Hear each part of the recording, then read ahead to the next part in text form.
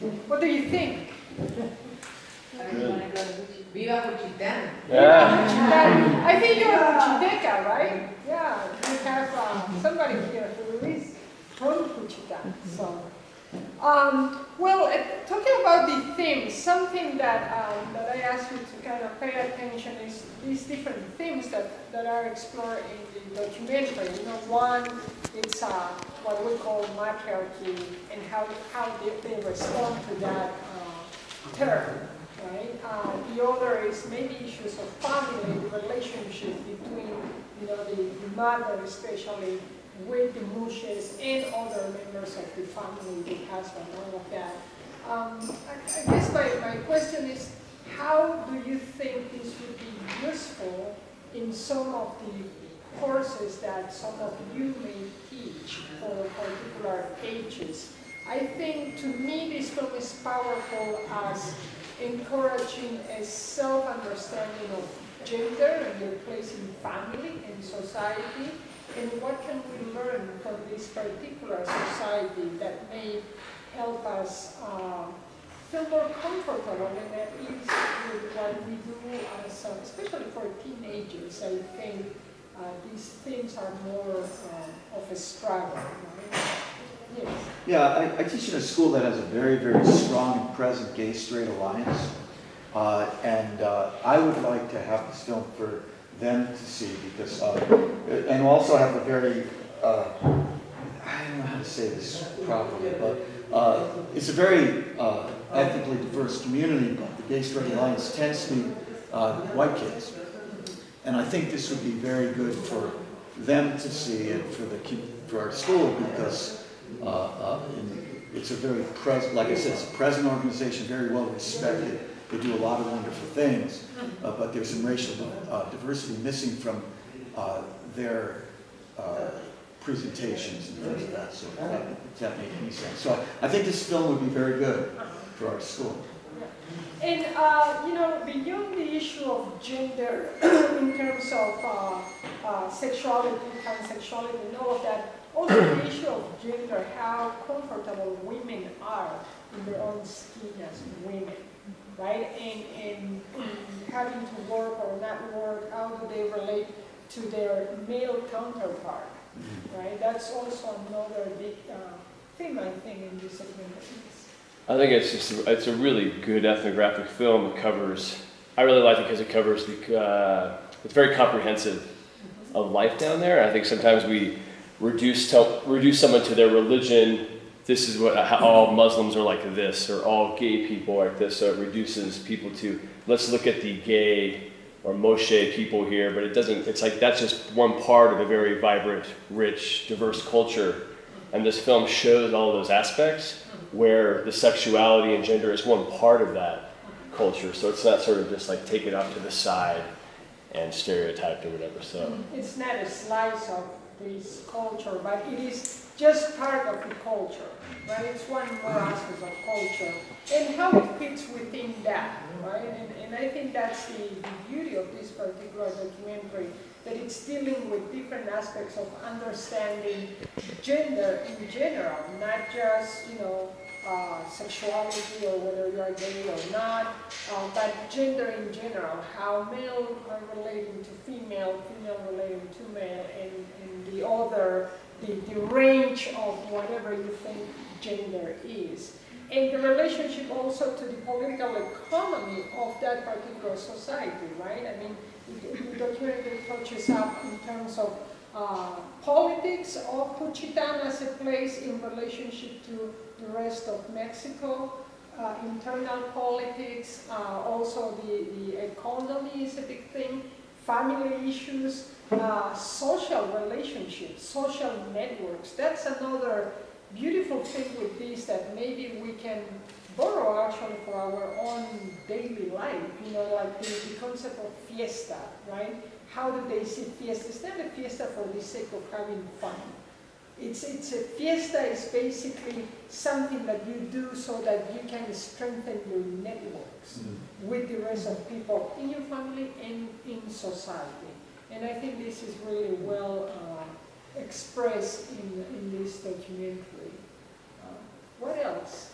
You had, I was just going to say that, and you already touched on it, that women are comfortable in their role and their skin, but also men are comfortable in the role that they have in that society.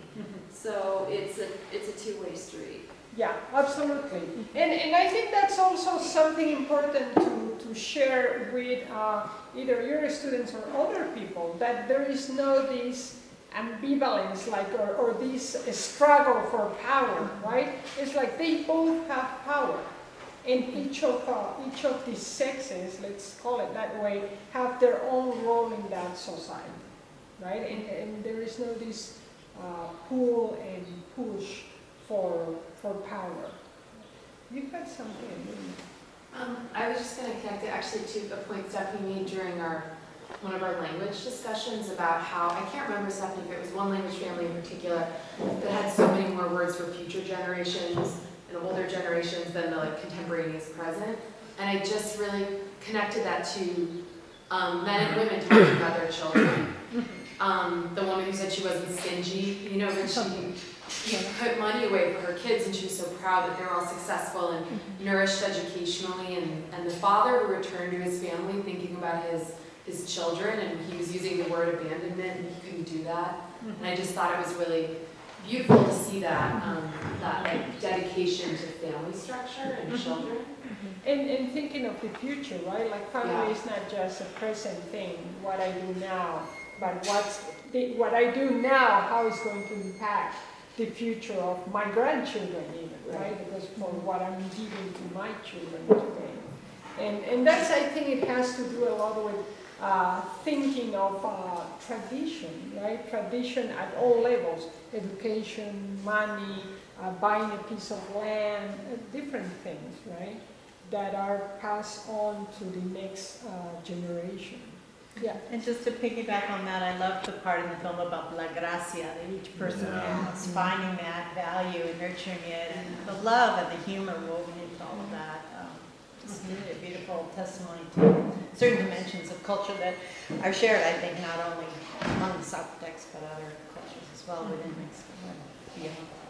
You had something. Yeah, it was something similar to what Stephanie just said. I don't think it's like a power struggle. It's more valuing and appreciation of where one is in life, how one functions within a relationship. And I think it really contrasts with what we experienced in the 70s with this concept of feminism and people feeling like it was militant women wanting to just support women, and they didn't see it as a cry for equality for humankind. They saw it as a very gender issue where it was just striving for equality, not just for women, but for humans. And you don't see that in this arrangement. There is this celebration of oneself as opposed to, I've got the power, I hold the purse strings.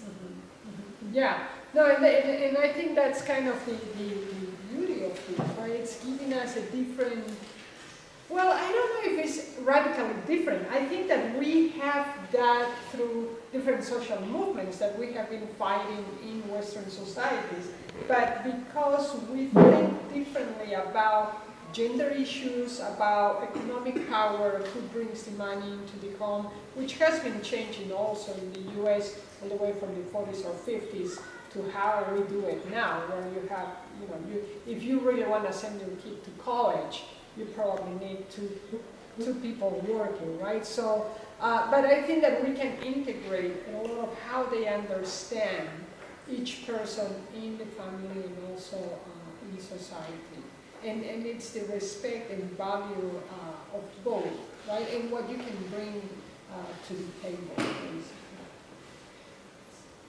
Yeah, I think I'd like to follow up on what Stephanie and Lorianne said.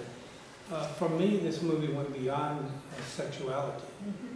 It was about loving and caring for people in your community. Now, the movie didn't concentrate on problems, which are definitely there. Someone could do a movie on that. But it made me think of women working hard. And not just women, but at Tlacolula, on a Sunday, we went there, a few of us bumped into each other and went there. And I was amazed at how many women especially were working, selling a variety of things, including turkeys. I noticed my group watched the women with the turkeys for a few minutes. When we went to lunch, we got barbacoa, and I sat down and enjoyed talking to the people there. A little boy came up, and I felt as if I was almost part of the community. So I was wondering, do you know if there's a movie being done about other markets, for instance, like La Coluna? Because that would also be interesting. I don't know off the top of my head, but I think there are several documentaries about life in different markets in the Mixtec, and also about different other communities. I think here near San Pablo, there is a bookstore from Educal, and they have a good selection of documentaries of all kinds, ethnographic and different types. And you may be able to find some documentaries there that are kind of contemporary, talking about the Mixtec, different markets, different cultures, weavings, etc. I've seen their documentaries that talk to what you are addressing, but I don't know titles off the top of my head. Sorry, I missed the store. Where are those at? Educal, I believe, Oh, is Educal. the name of the bookstore. Yeah. Yeah. And actually, maybe in the bookstore here, they also sell documentaries. So you may want to check it out there, even if it's just to get the titles and then try to. Yes, one, and then Stephanie. Go ahead. You go. No, please. I just wanted to say Indigenous cultural survival has been an overriding theme these 4 weeks. And I love this film for what it shows of that on both a daily level of being proud of and defending one's culture, and seeing, various threats to it, like modernization and video games, etc. today, but also over time. So there's a 1660 colonial resistance movement, 19th century resistance, and then the COSE, which was very, so power, economic and political, is taken and defended, and that's how peoples of Oaxaca and elsewhere have fended off conquest that we think of as being so pervasive. I mean, we grew up with this idea that it's so pervasive and so oppressive, and there's so much destruction, but then you look at closely at these communities, you see there's a lot of survival, and that I think it's great to celebrate it. Like you say, Philip, it's not so much about problems, it's kind of a celebration. I think Blossoms of Fire also captures that celebratory feature. Sorry. No, thanks. What made me think too, that the scene where, which is kind of funny, where the woman was saying, well, I spend the money because we spend it on good things, and the men waste it, and he was just kind of sitting there, kind of compliant. But it reminds me, I don't know if you guys are familiar with the book by the New York Times columnist Nicholas Kristof, Half the Sky. I mean, this is a human rights issue, gender equality, and piggybacking on what Lorianne said about, this isn't just like, a women's, it's about bettering humanity, and his book is about the fact that supporting education for women, particularly in countries where girls don't get a chance for an education, but that mothers spend their money on education, and men often spend their money, not all men, but on alcohol and prostitution. That's part of it, that if you start educating women, that society will be better because they tend to spend money better. I really liked where in Chico, the two anthropologists, we learned about the Indian involvement and the complicity with kind of helping the conquistadors and kind of conquering each other in a way. So it wasn't just this conquistador narrative coming in and taking over, but you never really heard a female narrative in that. And then the female narrative you hear in Malinche is very negative, or however it's argued, but this is really interesting because even in the plaque that was dedicated to the 1660 resistance, it started off saying the woman beheaded the encomendero, and this all began. And then the woman's involvement in the other revolution with the rocks, and just kind of interesting to see their involvement in it. That's very historically accurate, not just in the South region, but in the colonial rebellions, women took the lead and were the largest in numbers in resisting local boundary struggles. And also, I think, probably Stephanie can address this better than I can, but when you see the mapas and You see all these things over time.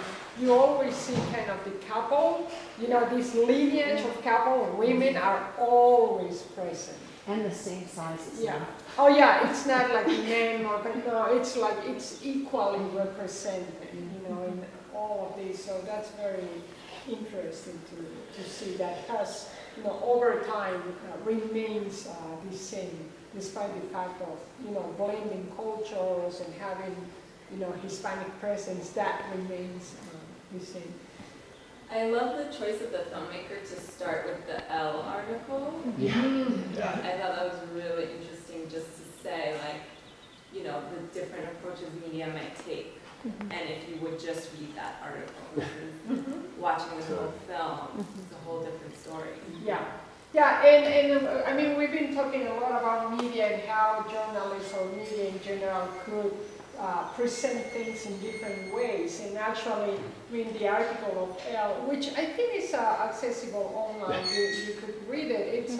It's pretty much this kind of romanticization and very Western bias perspective kind of imposed to understanding, as you were saying, kind of slicing just one part of that society and not bringing the whole, right? So yeah, I think it was very a good device to kick off the notion of matriarchy and everything else that it's unpacked later on through the documentary. Somebody, yeah. I just was thinking about how it relates to Quakerism quite a bit. I work at a Quaker school, and one of its biggest beliefs is that everyone has the words that they use are the light of God in them. And so, a fifth grader or a first grader, what he or she says is equal to what the head of the school says, and we listen to everyone and their voice equally. There's no hierarchy, and it's just a lovely, very pleasant, and sometimes difficult when you want to make progress quickly, but it's a wonderful way of having life, and especially at school.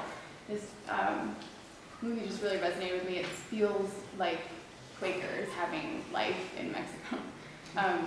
But one of the parts that struck me the most was, which some of us have already mentioned, about